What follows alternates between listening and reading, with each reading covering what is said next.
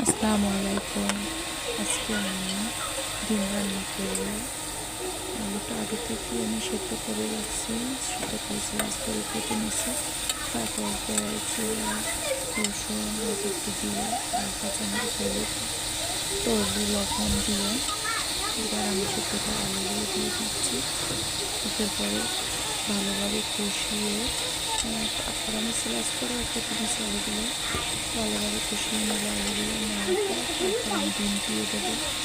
আসলে একটু জ্বরের পর জ্বর যাওয়ার পর তারপর ডেঙ্গুর ডেঙ্গুর প্রভাব পড়ছে। তো ডেঙ্গু হয়েছিল, কিন্তু ওষুধ খাওয়ার জন্য ডেঙ্গুটা আমার ধরা পড়ে নাই, রক্তে টেস্টে আসে নাই। তো তারপর এটা এত বড় একটা ধাকল গেছে, এখন মুখে কোনো খাবার ভালো লাগে না।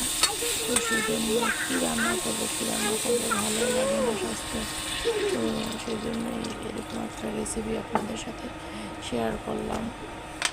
বারবার ইচ্ছা করে না রান্না করতে, যাই রান্না করি অল্প স্বল্প রান্না করে রেখে দিতে ইচ্ছা করে। হালকা একটু মরিচ দিয়ে দিছি।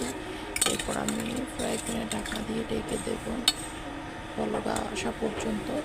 কারণ বলক আসলে তারপর আমি ডিম সেদ্ধ করে হালকা একটু ভেজে নিয়েছি, ওগুলো দিয়ে দেবো। আল্লাহ হাফেজ। তুমি বাসায়